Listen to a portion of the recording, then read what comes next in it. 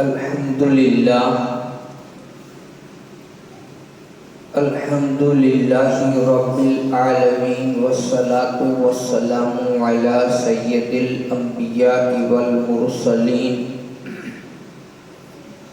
اما بعد فاعوذ باللہ من الشیطان الرجیم بسم اللہ الرحمن الرحیم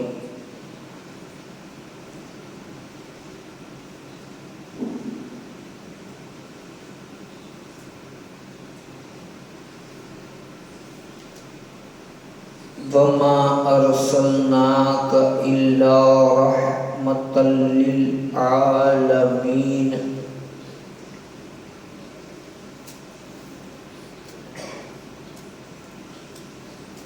صدق اللہ مولانا العظیم وبلغنا رسوله النبی الامین المکین الکریم ونحن على ذلك من الشاهدين والشاكرين والذاكرين والحمد لله رب العالمين.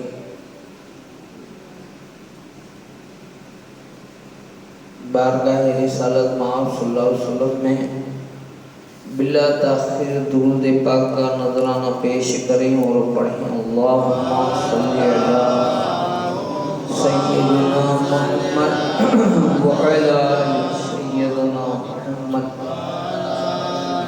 وصحبہ وبارک وسلم. صلاۃ و سلام علی رسول اللہ.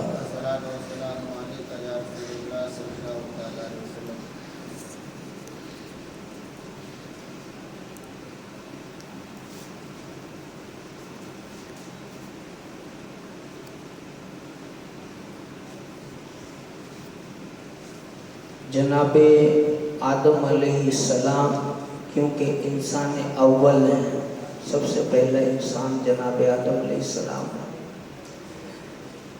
جناب آدم علیہ السلام کی پیشانی میں نور پاک کو چمکایا گیا اور پھر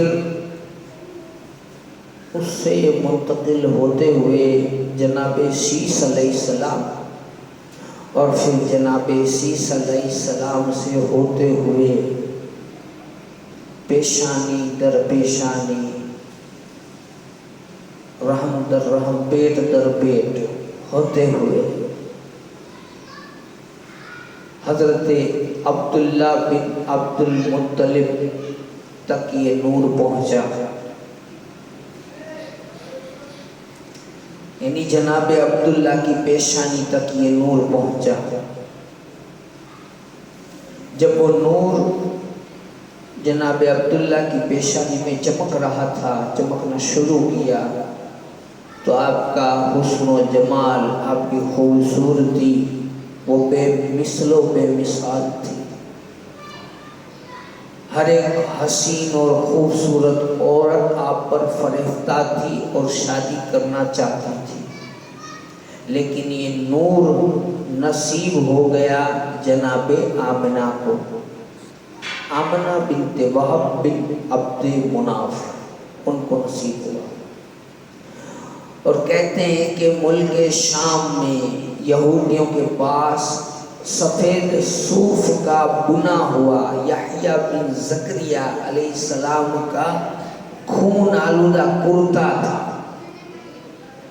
ملک شام میں حضرت یحییٰ علیہ السلام کا خون سے بھرا ہوا کرتا جبہ وہ تھا، اس میں سے خون ٹپک رہا تھا ٹپا ٹپا.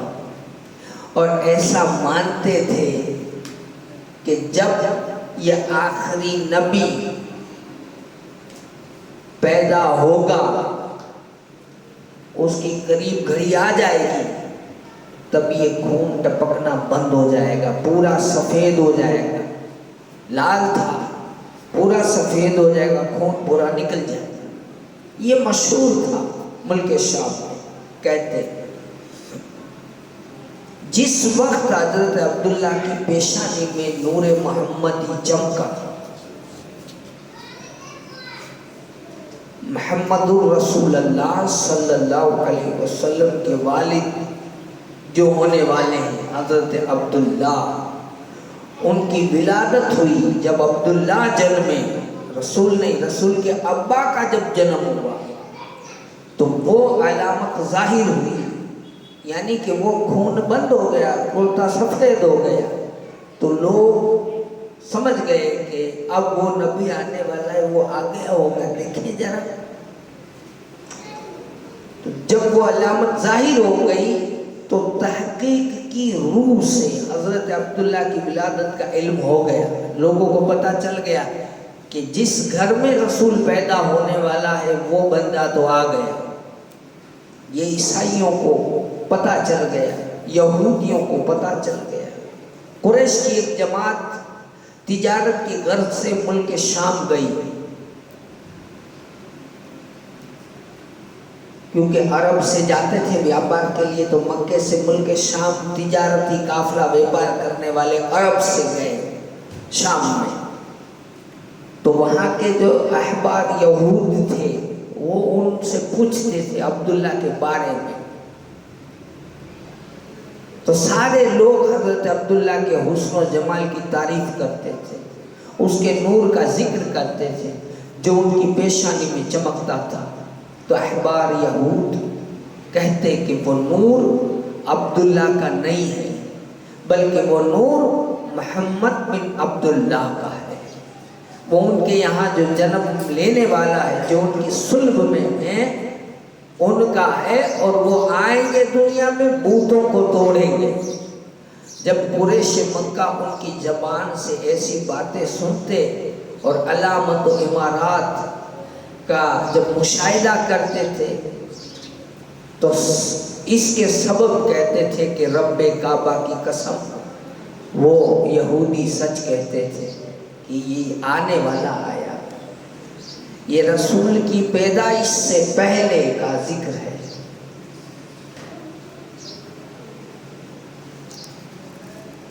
اور جب یہودیوں کو پتہ چل گیا کہ عبداللہ آ گئے، انہی کے گھر یہ بیٹا پیدا ہونے والا ہے، تو حضرت عبداللہ پر حملہ بھی کیا گیا مارنے کے لیے۔ چاہتے نہیں تھے کوئی کہ رسول پیدا ہو، چاہتے نہیں تھے کہ رسول پیدا ہو۔ وہ جو نہ چاہنے والے تھے وہ کون تھے، وہ بعد میں پہلے بتا دو یہاں، کہ جب یہود کو تحقیق سے یہ معلوم ہو گیا کہ حضرت عبداللہ پیدا ہو چکے ہیں، تو احبار یہود اور ان کے خاندان کے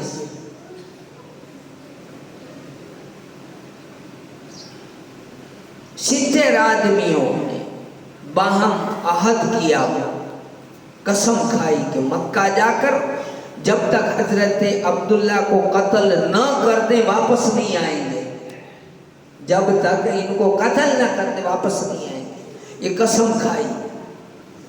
چنانچہ رات کو وہ سفر کرتے رہے، صبح پوچھتے رہے، صبح میں چھپتے رہے، اور مضافات مکہ میں پہنچ کر موقع کے منتظر رہنے لگے، یعنی کہ مکہ کے ارد گرد، مکہ میں عبداللہ رہتے تھے تو آجو باجو میں رہتے اور چھپ کے رہتے دن میں، اور موقع کے تلاش میں تھے کہ کہاں اکیلے مل جائے تو ہم اٹھا لیں، ہے نا۔